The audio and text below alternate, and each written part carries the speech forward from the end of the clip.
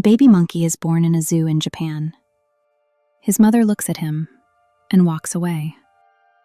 The zookeepers name him Punch. They hand feed him. They raise him. And when the time comes, they place him back with the other monkeys. He approaches the group. They swat him away. He tries again. They ignore him. So the keepers give him a stuffed orangutan toy. Soft, silent, lifeless. And Punch clings to it like it's the only thing in the world that won't leave. He chose something that couldn't love him back, because it was the only thing that never left. Millions of people watched this, and they didn't just feel sorry for him.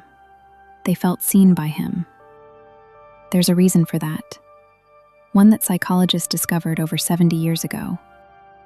In the 1950s, a psychologist named Harlow ran an experiment that changed everything we thought we knew about love. He took baby monkeys away from their mothers. Then he gave them a choice. 2 fake mothers. One made of cold wire, but it had food, milk, survival. The other wrapped in soft cloth.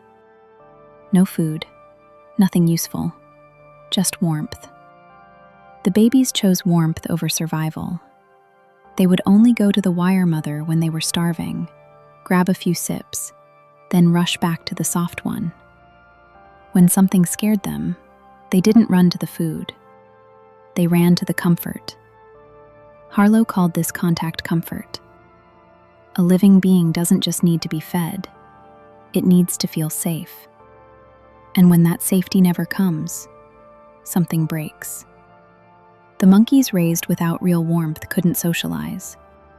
They flinched when others approached. Some became aggressive. Others shut down completely. And the ones who eventually had babies of their own, they didn't know how to care for them. Not because they were cruel, because no one had ever shown them what warmth looked like. This is what psychologists now call attachment theory. The first bond you form, or don't form, with the person who was supposed to protect you becomes the blueprint for every relationship you'll ever have. If that bond was warm, you learn that love is safe. If it was absent, you learn something else. You learn that love is a trap, and you spend the rest of your life flinching every time someone reaches for you. But here's where this stops being about monkeys. You watched the video of Punch. Maybe you scrolled past it at first. Maybe a friend sent it. Maybe the algorithm put it in front of you at 1 a.m. when your guard was down.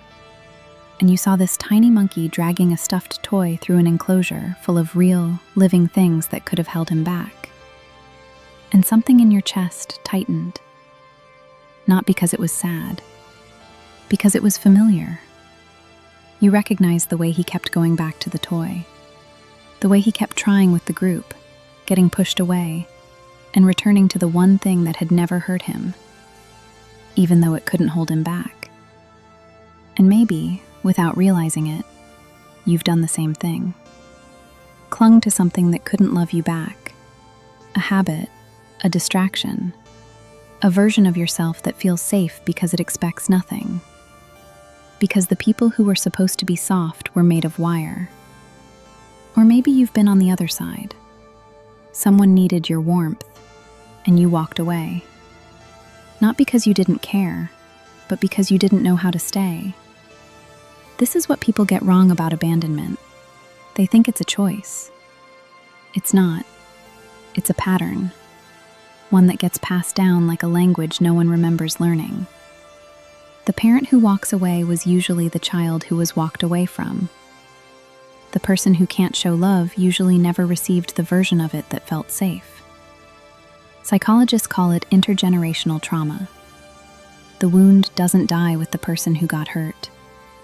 It lives in how they raise the next one. That mother monkey who ignored Punch? Research tells us she was likely never properly nurtured herself. She wasn't choosing cruelty. She was repeating the only thing her nervous system knew. So what do you do when you realize the pattern is inside you? Here's what nobody tells you about people who leave. They don't always leave because they don't love you.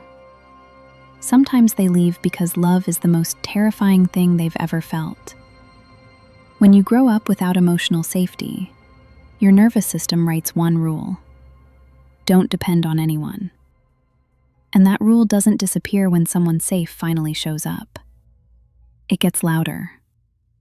Your body can't tell the difference between closeness and danger. So it does what it was trained to do. It pulls away. Some people don't fear losing you. They fear needing you. That's not an excuse. It's a wound. And wounds repeat themselves until someone decides to look at them. So if you were the one who got left, hear this clearly. It was never about your worth. You were not the reason someone couldn't stay. You were standing near a wound that existed long before you did. Don't internalize someone else's trauma. Don't let their inability to stay become your belief that you're not worth staying for.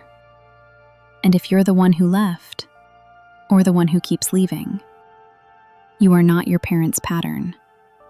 You are not the first version of yourself that had to survive by shutting down.